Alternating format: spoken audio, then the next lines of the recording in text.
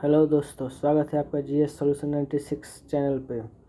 जो test series हम लोगों ने चला रहे हैं उसका अगला एपिसोड लेकर आज हम आए हैं। तो देखते हैं पहला क्वेश्चन, निम्नलिखित कथन में से कौन सा कथन सही नहीं है।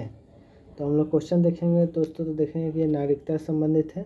तो नागरिकता से संबंधित कुछ बातें हम लोग पहले जान लेते हैं।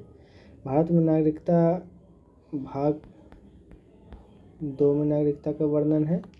अनुच्छेद देखें अगर, तो अनुच्छेद 5 से लेकर 11 तक नागरिकता का वर्णन किया गया है।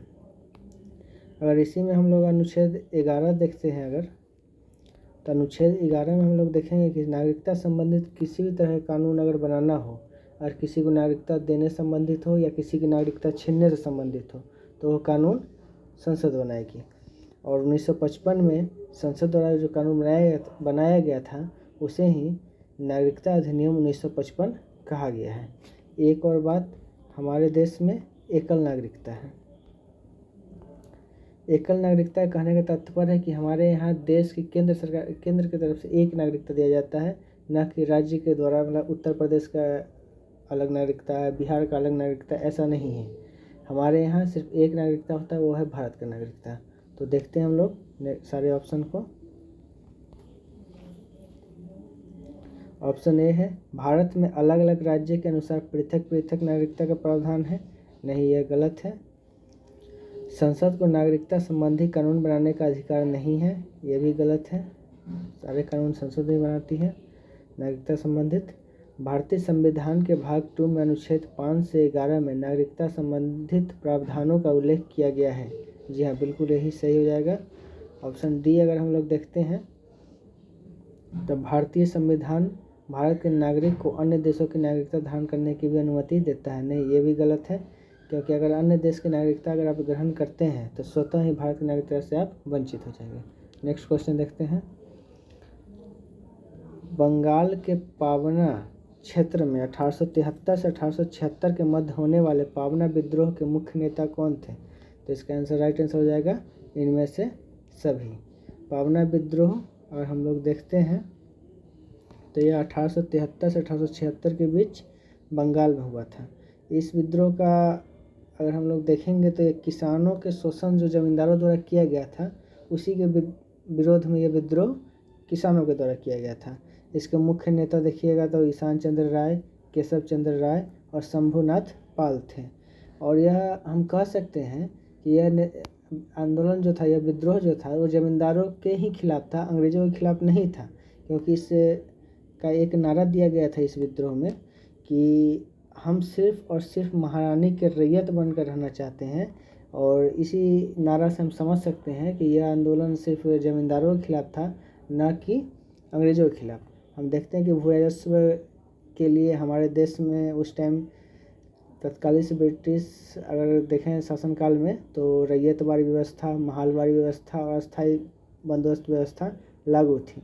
जिसमें कि बंगाल के अगर क्षेत्र हम देखें तो बंगाल के क्षेत्र में रैयतवारी व्यवस्था अस्थायी बंदोबस्त व्यवस्था लागू था, जिसमें कि ज़मींदार ही ज़मीन का मालिक होते थे और वो कर वसूलने में यानी कि किसानों का अधिक से अधिक शोषण करते थे। इसी के विद्रोह में यह विद्रोह चालू हुआ था। नेक्स्ट क्वेश्चन देखते हैं। गन्ने का सर्वाधिक प्रति हेक्टेयर उत्पादकता वाला राज्य कौन है। तो हम लोग देखेंगे कि एक होता है उत्पादकता प्रति हेक्टेयर, एक होता है कुल उत्पादन।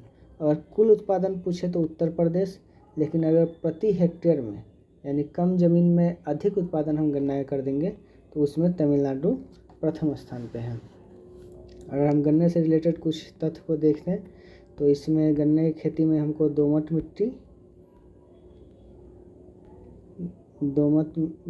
मिट्टी और काली मिट्टी की ज़रूरत होती है।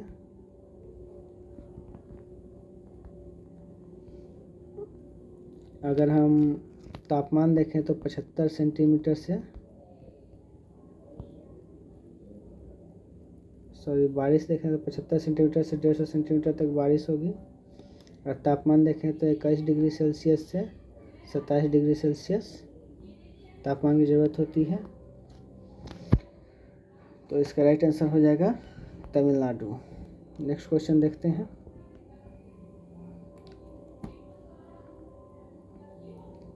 भारत के उच्चतम न्यायालय ने निम्नलिखित में से किस एक वाद में आत्महत्या के अधिकार को मूल अधिकार स्वीकार किया था? तो इसका राइट आंसर हो जाएगा पी रथिनाम बनाम भारत संघ 1994। इसी में बताया गया था, उच्चतम न्यायालय के द्वारा किया गया था कि आप अगर आत्महत्या करते हैं तो यह मौलिक अधिकार के अंतर्गत आता है, आपको कोई सज़ा नहीं मिलेगी।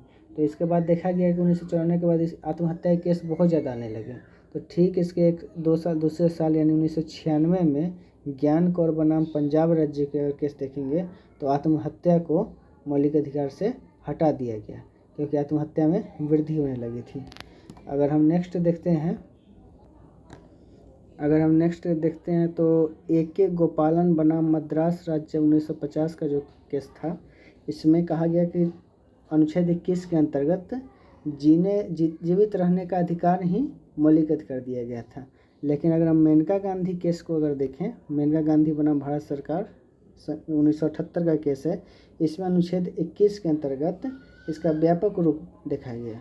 इसमें बताया गया कि न सिर्फ जीने का अधिकार मौलिक अधिकार हुआ, बल्कि गरिमापूर्ण जीवन जीना मौलिक अधिकार है। गरिमापूर्ण जीवन जीने का अधिकार का देखें अगर हम, तो विदेश जाने का अधिकार इसमें है, स्वच्छ पर्यावरण और वातावरण का अधिकार है, रोजी रोटी का अधिकार है, निजता का अधिकार है। तो इसके अंतर्गत अनुच्छेद 21 का व्यापक प्रसार अगर हम देखेंगे तो मेनका गांधी बनाम भारत संघ 1978 के अंतर्गत हुआ है। अभी हाल ही में सुप्रीम कोर्ट ने कहा कि अगर कोई वयस्क पुरुष हो या महिला, मतलब लड़का और लड़की, अगर वो वयस्क हो गया हो, यानी कि वर्तमान कानून के अनुसार देखें तो 21 वर्ष पूरी हो चुकी हो उसका, तो अपनी मर्जी से वो शादी कर सकते हैं। ये उनका अनुच्छेद 21 के अंतर्गत एक मौलिक अधिकार है। तो आशा है दोस्तों समझ गए होंगे आप लोग। देखते हैं नेक्स्ट क्वेश्चन। नेक्स्ट क्वेश्चन में है,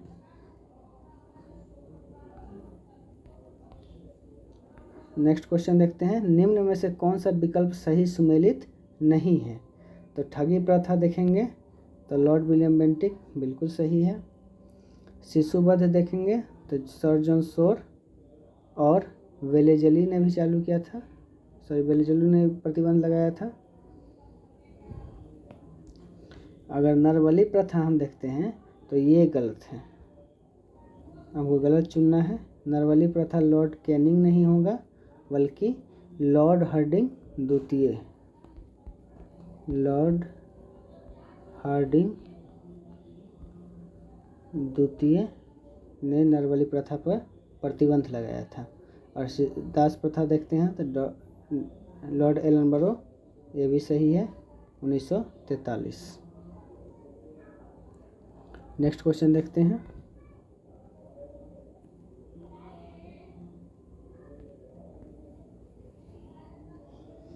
आगरा तथा दार्जिलिंग एक ही अक्षांश पर स्थित है, फिर भी शीत ऋतु में दोनों जगह के तापमान में पर्याप्त अंतर होता है, क्यों?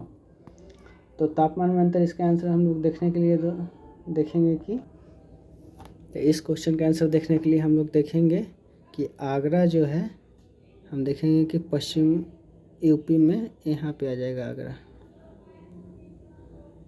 यहाँ आगरा आ गया।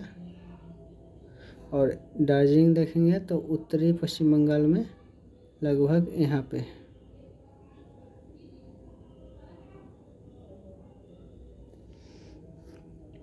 तो एक मिनट, लगभग यहाँ पे दार्जिलिंग है।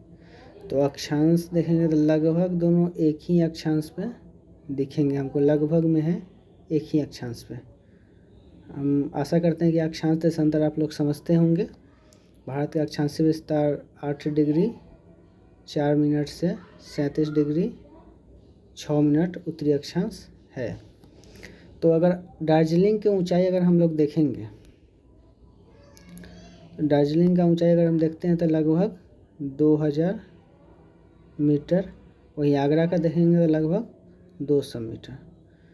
तो ऊंचाई में विभिन्नता के कारण हम लोग जानते हैं कि अधिक ऊंचाई पे जाएंगे तो तापमान में कमी आएगी, और कम ऊंचाई पे रहेंगे तो तापमान में वृद्धि होती जाती है। तो नेक्स्ट हम लोग देखते हैं इसका आंसर क्या है। तो दोस्तों अभी हम लोगों ने देखा कि एक ही अक्षांश पर स्थित होने के बावजूद दार्जिलिंग की ऊंचाई होने के कारण वहाँ पर तापमान कम है और आगरा का ऊंचाई कम होने के कारण वहाँ पर तापमान अधिक होता है। तो पहला ही ऑप्शन देख लेते हैं हम लोग कि समुद्र तल से ऊंचाई के साथ तापमान में कमी आती है। जी हाँ, बिल्कुल सही है, यही हो जाएगा इसका राइट आंसर। नेक्स्ट क्वेश्चन देखते हैं। अनुसूचित जाति तथा अनुसूचित जनजाति को किस अनुच्छेद के अंतर्गत मौलिक सामाजिक, आर्थिक, राजनीतिक तथा सांस्कृतिक अधिकार दिया गया है? तो इसका हम लोग देखेंगे अनुच्छेद 18, अनुच्छेद 19, अनुच्छेद 20, अनुच्छेद 17। तो क्वेश्चन का मतलब यहाँ पे कहने का है कि अस्पृश्यता से संबंधित किस अनुच्छेद में वर्णन किया गया, अस्पृश्यता का वर्णन किस अनुच्छेद में किया गया है? तो इसका राइट आंसर हो जाएगा अनुच्छेद 17। नेक्स्ट क्वेश्चन देखते हैं। ऑपरेशन जीरो आवर का संबंध है, ऑपरेशन जीरो आवर का संबंध अगर हम तो ऑपरेशन जीरो आवर हम लोग देखते हैं कि 8 अगस्त 1942 को कांग्रेस की कार्यकारिणी की बैठक मुंबई के ग्वालियर टैंक मैदान में, तो कांग्रेस की कार्यकारिणी बैठक मुंबई के ग्वालियर टैंक मैदान में हो रही थी। उसी दिन निर्णय लिया गया था कि अगले दिन यानी कि 9 अगस्त को पूरे भारत में भारत छोड़ो आंदोलन शुरू किया जाएगा। तो ठीक उससे एक दिन पहले यानी 8 अगस्त को ही रात में ऑपरेशन जीरो आवर के तहत सभी मुख्य नेताओं को कैद करके जेल में डाल दिया गया, जिसे हम लोग जानते ही हैं कि महात्मा गांधी को पूना के आघा जेल में, डॉक्टर राजेंद्र प्रसाद को बांकीपुर जेल में, जयप्रकाश नारायण को हजारीबाग सेंट्रल जेल में डाल दिया गया था।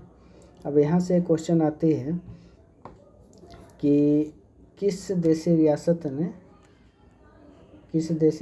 ने इस आंदोलन को सपोर्ट किया था, पूछा हुआ क्वेश्चन है। तो हम लोग देखेंगे ओंद देशी रियासत है जिसने इस आंदोलन को सपोर्ट किया था।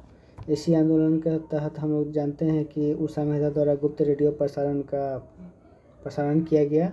अलग अलग जगह पे समानांतर सरकार का गठन किया गया, जिसमें बलिया में हम लोग जानते हैं चित्तू पांडे के द्वारा समानांतर सरकार का गठन किया गया था। तो ऑप्शन तो देखा जाए तो सभी सही है भारत छोड़ो आंदोलन से संबंधित, लेकिन जो सबसे करेक्ट आंसर होगा वो होगा यही, भारत छोड़ो आंदोलन के दौरान महात्मा गांधी तथा कांग्रेस के मुख्य नेताओं को गिरफ्तार करना, operation zero hour. Next question देखते हैं। निम्नलिखित में से कौन सी घाटी उत्तराखंड में स्थित नहीं है? तो दून घाटी है, फूलों की घाटी है, नीलांग घाटी है, चुम्बी घाटी नहीं है। चुम्बी घाटी सिक्किम में है।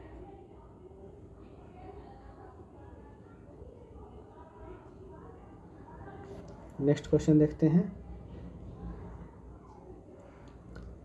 निम्नलिखित में से कौन सा विकल्प सही सुमेलित नहीं है?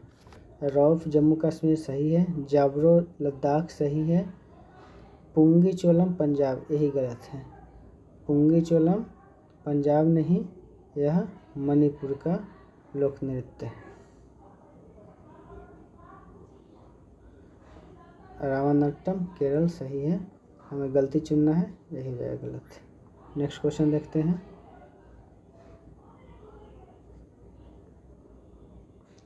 संविधान की 8वीं अनुसूची में निम्नलिखित में से कौन सी भाषा संविधान संशोधन के माध्यम से नहीं जोड़े गए थे? तो संविधान में शुरुआत में 14 भाषाएं जोड़ी गई थी, हम लोग जानते हैं। उसके बाद 3 संविधान संशोधन के तहत इसमें भाषा जोड़ा गया। पहला 21वीं संविधान संशोधन, दूसरी 71वीं संविधान संशोधन, उसके बाद तीसरा बार जोड़ा गया था 92वां संविधान संशोधन। 21वां संविधान संशोधन के द्वारा सिंधी को जोड़ा गया था। 71वां संविधान संशोधन के द्वारा नेपाली, मणिपुरी और कोंकणी, और 92वां संविधान संशोधन के द्वारा 4 भाषाओं को जोड़ा गया था, जिसमें बोडो, डोगरी,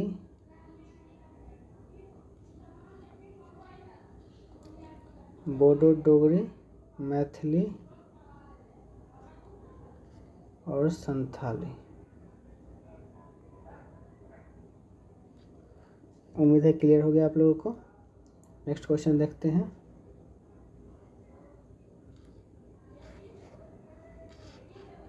लगातार 6 वर्ष तक कांग्रेस के अध्यक्ष पद पर रहने वाले व्यक्ति कौन थे? तो इसका राइट आंसर हो जाएगा मौलाना अबुल कलाम आज़ाद। इन्होंने 1940 से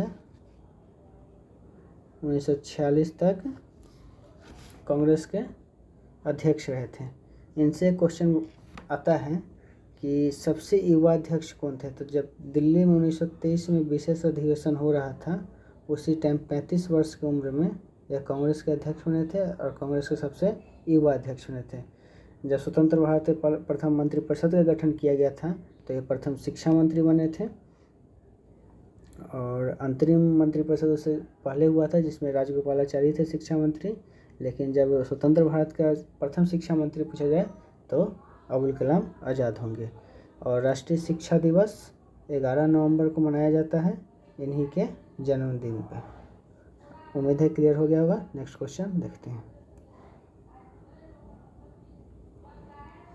नेक्स्ट क्वेश्चन है माही सुगंधा किस फसल की प्रजाति है? माही सुगंधा किस फसल की? तो इसका राइट आंसर हो जाएगा धान की। माही सुगंधा धान की प्रजाति है।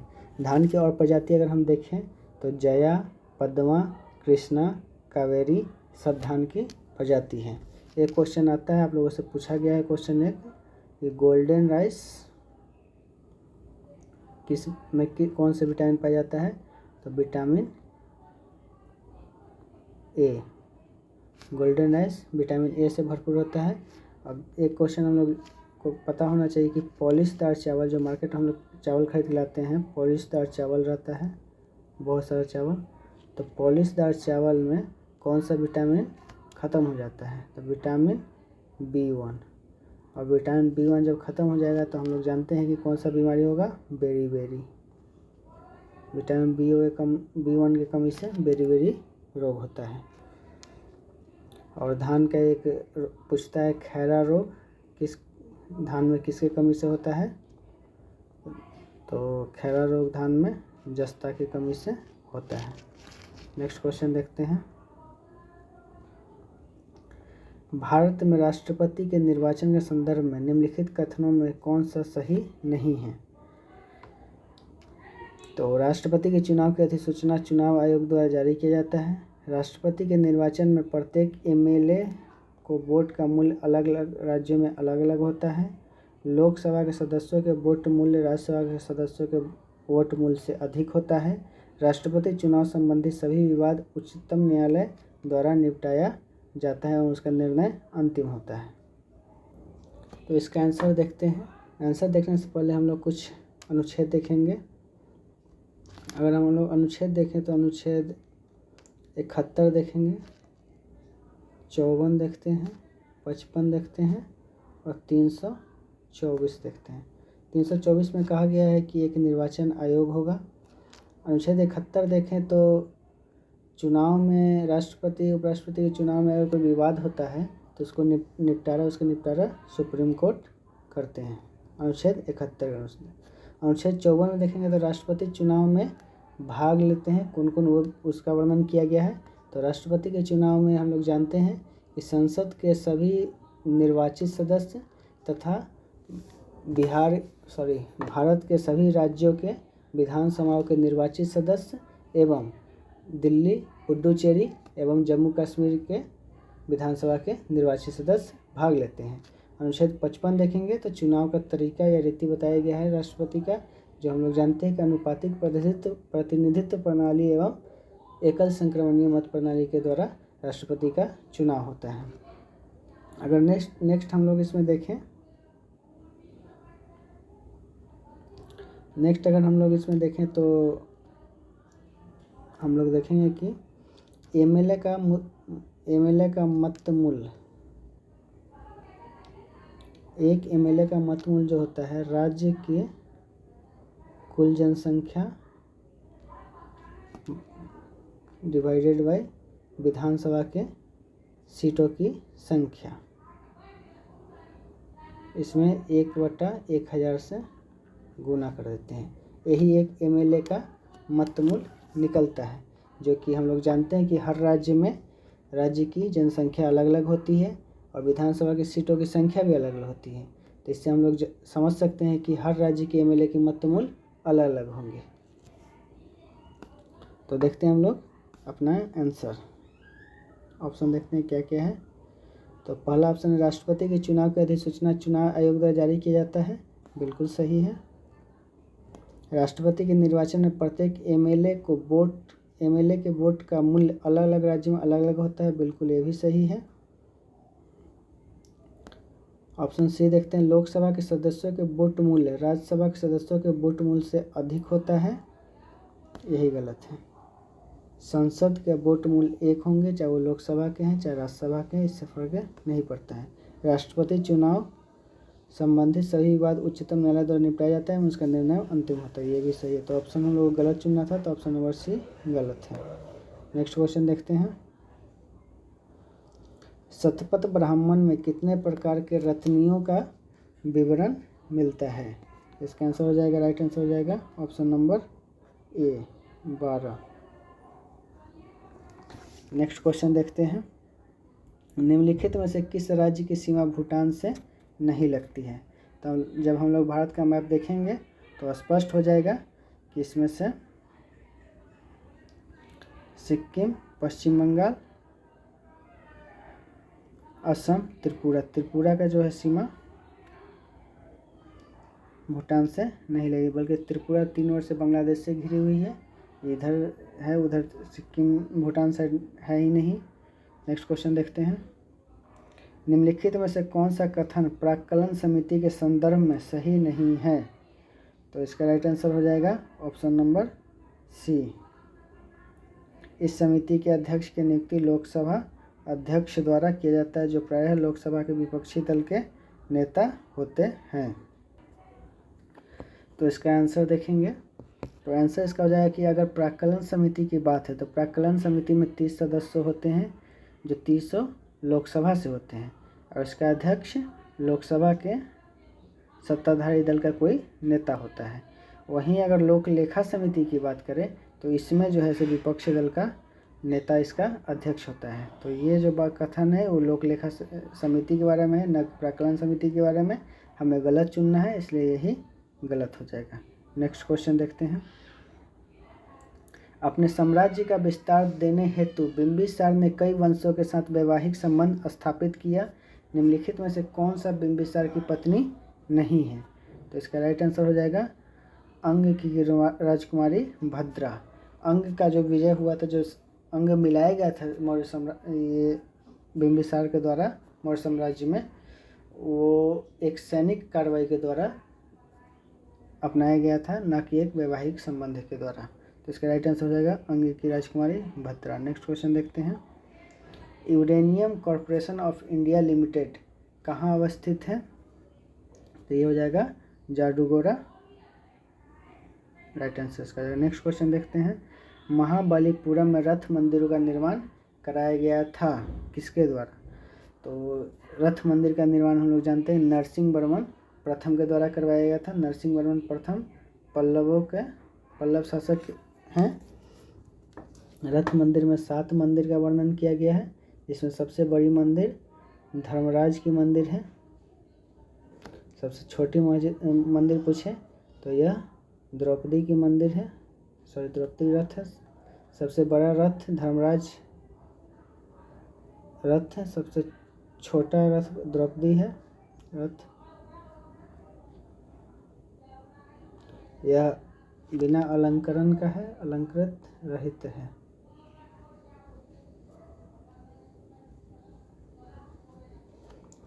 पल्लव वंश के संस्थापक सिंह विष्णु थे। नेक्स्ट क्वेश्चन देखते हैं।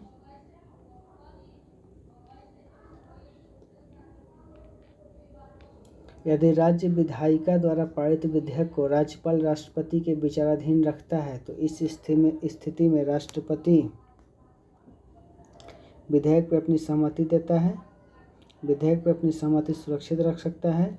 राज्यपाल के माध्यम से विधेयक को पुनर्विचार हेतु राज्य विधायिका के पास वापस भेज सकता है, इनमें से सभी। तो इसका राइट आंसर हो जाएगा इनमें से सभी।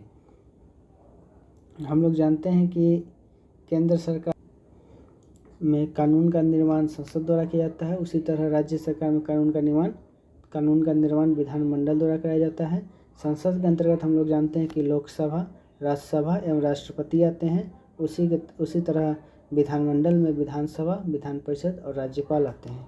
नेक्स्ट क्वेश्चन देखते हैं। निम्नलिखित में से किस महत्वपूर्ण ग्रंथ की रचना पुष्यमित्र शुंग के राजपुरोहित द्वारा की गई थी? तो सबसे पहले हम लोग जानते हैं कि पुष्यमित्र शुंग के राजपुरोहित कौन थे? तो महर्षि पतंजलि। महर्षि पतंजलि जो योग दर्शन के प्रतिपादक थे।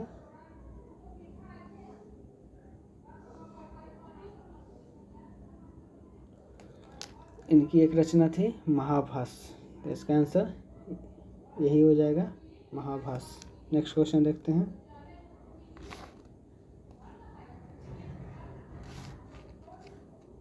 प्रशांत महासागरीय तटीय देशों को सुनामी से सुरक्षा प्रदान करने हेतु प्रशांत सुनामी चेतावनी प्रणाली की स्थापना कब की गई थी? तो इसका राइट आंसर हो जाएगा option number A 1998। Next question देखते हैं। निम्न में से कौन सा प्रसिद्ध सूफी संत मोहम्मद गौरी के साथ भारत आया था? तो इसका राइट आंसर हो जाएगा मोइनुद्दीन चिश्ती, निजामुद्दीन औलिया और शेख बुरहानुद्दीन गरीब और नासिरुद्दीन महमूद। तो इसका राइट आंसर हो जाएगा option number A Moinuddin Chishti. Next question देखते हैं। भारत में सिंचाई का दूसरा सबसे प्रमुख साधन क्या है? तो सिंचाई का सबसे प्रमुख साधन देखेंगे तो अगर दूसरा पूछा है, पहला जाएगा कुआं एवं नलकूप लगभग 60%। दूसरा अगर हम लोग देखें तो नहर लगभग 24%। तालाब देखें तो 10%। दक्षिण भारत में सबसे ज़्यादा तालाब से ही होता है, तो हम देख सकते हैं कि दूसरे नंबर पे नहर है। Right answer option number B. Next question देखते हैं। निम्न में से कौन सा विकल्प सही सुमेलित नहीं है? तो हम लोग देखेंगे कि अनुच्छेद 155 में राज्यपाल की नियुक्ति है, सही है। अनुच्छेद 164 मुख्यमंत्री की नियुक्ति, ये भी सही है। अनुच्छेद 165 महाधिवक्ता की नियुक्ति, ये भी सही है। अनुच्छेद 167 राज्य लोक सेवा आयोग के अध्यक्ष की नियुक्ति, यही गलत है।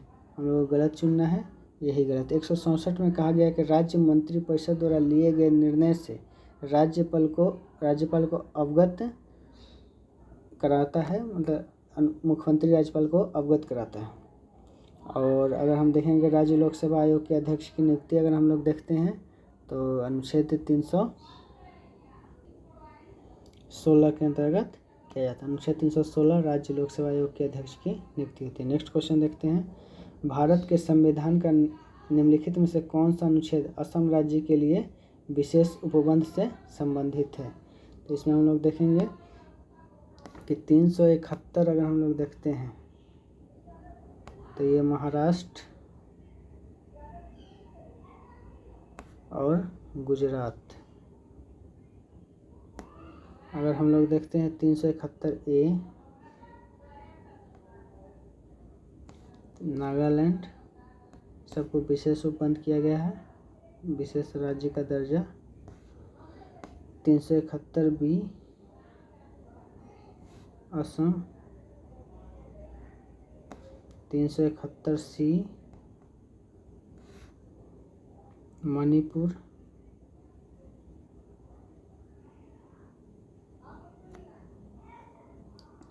उसके बाद नेक्स्ट देखते हैं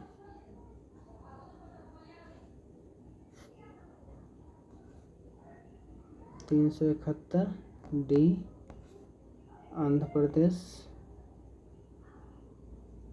371 के डी और ई दोनों में आंध्र प्रदेश है। तो यहाँ से हम लोग का आंसर क्लियर हो ही गया होगा, ऑप्शन नंबर ए, 371 के बी, यही असम के लिए विशेष रूप बंद करते हैं। नेक्स्ट क्वेश्चन देखते हैं, निम्नलिखित में से कौन सा युग में सुमेलित नहीं है? रॉबर्ट क्लाइव प्लासी का युद्ध सही है।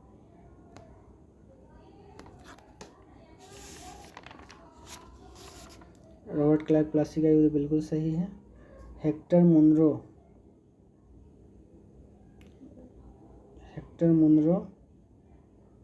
बक्सर का युद्ध, ये भी सही है। लॉर्ड वेलेस्ली चतुर्थ आंग्ल मैसूर युद्ध, ये भी सही है। लॉर्ड कॉर्नवालिस तृतीय आंग्ल मैसूर युद्ध नहीं, और लॉर्ड कॉर्नवालिस के समय तृतीय आंग्ल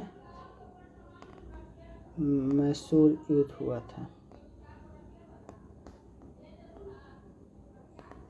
तृतीय आंग्ल मैसूर युद्ध लॉर्ड कॉर्नवालिस के समय हुआ था। देखते हैं हम लोग युद्ध के बारे में एक बार। अगर हम लोग युद्ध देखें तो 4 मैसूर युद्ध हुए हैं। आंग्ल मैसूर युद्ध 4 हुए हैं और 3 हुए हैं आंग्ल मराठा युद्ध। अब मैसूर युद्ध के बाद देखें तो 1765 से 67 प्रथम आंग्ल मैसूर युद्ध, इसके गवर्नर जनरल थे बड़े लास्ट। दूसरा आंग्ल मैसूर युद्ध देखें तो 1780 से 84, गवर्नर जनरल थे वारेन हेस्टिंग्स। तीसरा देखें तो 1790 से 92, गवर्नर जनरल कॉर्नवालिस। और चौथा देखें तो 1799, जिसमें टीपू सुल्तान की मृत्यु जाती है, ये है वेलेजली के समय हुआ था। उसी तरह अगर हम लोग आंग्ल मराठा युद्ध देखें, 3 आंग्ल मराठा युद्ध हुआ था। प्रथम आंग्ल मराठा युद्ध देखें तो 1775 से 82, वारेन हेस्टिंग्स गवर्नर जनरल थे। दूसरा आंग्ल मराठा युद्ध देखें तो 1803 से 1805, वेलेजली थे गवर्नर जनरल। तीसरा देखें तो 1817 से 1819, लॉर्ड हेस्टिंग्स इस समय थे। तो उम्मीद है क्लियर हो गया। नेक्स्ट क्वेश्चन देखते हैं,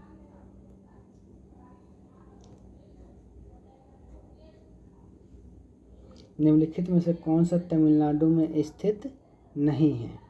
तो हम लोग जानते हैं कि जवादी, सेवराय और पालनी पहाड़ी तमिलनाडु में है, वही वेलिकोंडा पर्वत तमिलनाडु में नहीं है, यह जो है से आंध्र प्रदेश में है।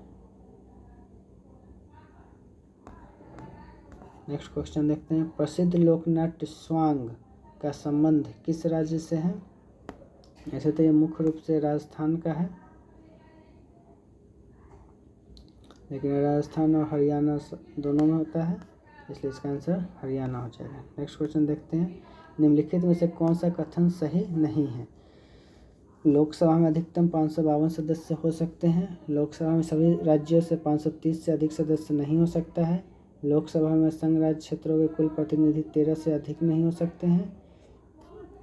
लोकसभा सदस्य के रूप में राष्ट्रपति 2 सदस्य मनोनीत कर सकते हैं। तो ये मिसप्रिंटिंग के कारण इसमें ये क्वेश्चन मिसप्रिंट हो गया है, इसलिए इसको हटा देते हैं। नेक्स्ट क्वेश्चन देखते हैं, तृतीय दिल्ली दरबार के आयोजन के समय भारत के गवर्नर जनरल कौन थे?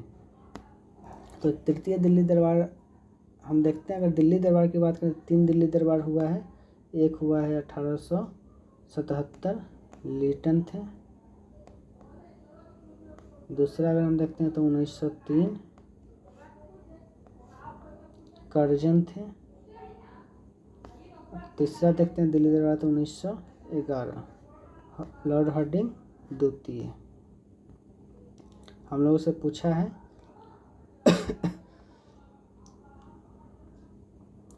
पूछा है कि तृतीय दिल्ली दरबार के समय गवर्नर जनरल कौन थे? तो लॉर्ड हार्डिंग द्वितीय हो जाएंगे आंसर। नेक्स्ट क्वेश्चन देखते हैं, निम्नलिखित में से कौन सा संविधान संशोधन अधिनियम राज्य पुनर्गठन आयोग की रिपोर्ट को लागू करने हेतु पारित किया गया? तो राज्य पुनर्गठन की बात हम करें तो सबसे प्रथम बना था एक धर आयोग, उसके बाद जेवीपी आयोग, धारा 1948 में, यूपी 1949 में। उसके बाद एक आयोग बना फजल अली फजल अली आयोग। फजल अली आयोग की बात करें तो इसका गठन 1953 में हुआ था। इसने अपना रिपोर्ट 1955 में पेश किया और इसी के रिपोर्ट के अनुसार 1956 में प्रथम, इन्होंने बोला भाषा के आधार पर, तो प्रथम भाषा के आधार पर आंध्र प्रदेश का गठन किया गया। फजल अली आयोग में अगर सदस्यों की बात करें तो एक 2 सदस्य और एक अध्यक्ष थे। सदस्य की बात करते हृदय नाथ कुंजरू और के.एम. पन्नीकर इनके सदस्य थे। तो प्रथम संविधान संशोधन अगर हम लोग देखते हैं तो इसमें 9वीं अनुसूची को जोड़ा गया 7वें संविधान संशोधन के द्वारा, इसका आंसर हो जाएगा 7वां संविधान संशोधन। 16वां संविधान संशोधन देखें तो शपथ ग्रहण में अखंडता और संप्रभुता शब्द जोड़ा गया। 24वां संशोधन अगर हम देखते हैं संविधान संशोधन, तो इसमें कहा गया कि अगर संविधान संशोधन वाला विधेयक हो तो राष्ट्रपति इस पर अनुमति देने के लिए बाध्य होते हैं। इंदिरा गांधी के समय में यह संशोधन किया गया था। नेक्स्ट क्वेश्चन देखते हैं, बुद्ध के संबंध में निम्न में से कौन सा कथन सही नहीं है? तो इसका राइट आंसर आएगा, यहाँ के वायुमंडल में धूलकण तथा गैसीय गोलों की अधिकता पाई जाती है। यही जो है से गलत है। यहाँ पे वायुमंडल पाई ही नहीं जाती है। इसलिए हम लोग जानते हैं कि सबसे गर्म ग्रह शुक्र ग्रह है, क्योंकि बुध में सूर्य के नज़दीक होते हुए भी अगर सबसे ज़्यादा दिन में गर्म होती है तो रात में सबसे ज़्यादा ठंडी हो जाती है, क्योंकि यहाँ वायुमंडल नहीं पाई जाती है। तो नेक्स्ट क्वेश्चन देखते हैं, इसका राइट आंसर हो जाएगा option number D. Next question, यदि पृथ्वी पर वायुमंडल न हो तो इसके कारण दिन की अवधि बढ़ जाएगी। बिल्कुल सही है। दिन अत्यधिक गर्म और रात अत्यधिक ठंडी हो जाएगी। बिल्कुल सही है। सभी सजीव जीवन जीने योग्य नहीं रह जाएंगे। बिल्कुल सही है। तो इनमें से सभी आंसर हो जाएगा ऑप्शन नंबर डी। मराठा शक्ति का उदय किनकी प्रसिद्ध रचना है? तो ये महादेव गोविंद रानडे, इसका राइट आंसर हो जाएगा option number A. Mahadev Govind Ranade की रचना है मराठा शक्ति का उदय। इन्हें महाराष्ट्र का सुकरात भी कहा जाता है। नेक्स्ट क्वेश्चन देखते हैं, किस संविधान संशोधन के द्वारा संविधान के अनुच्छेद 43 के ख में सहकारी समिति शब्द को जोड़ा गया है? तो हम लोग देखते हैं कि अगर राज्य का नीति निर्देशक तो हम लोग देखते हैं तो उसमें देखेंगे हम लोग कि अनुच्छेद 97 संविधान संशोधन के द्वारा 43 के ख जोड़ा गया और इसी में सहकारी समिति शब्द जोड़ा गया है। नेक्स्ट क्वेश्चन देखते हैं, सम्राट अकबर द्वारा शुरू की गई झरोखा दर्शन पद्धति को किसने समाप्त कर दी? तो इसका राइट आंसर हो जाएगा option number C, Aurangzeb. Next question देखते हैं, जुलू एक जाति है जिसका संबंध निम्न में से किससे है? तो इसका राइट आंसर हो जाएगा ऑप्शन नंबर बी, दक्षिण अफ्रीका।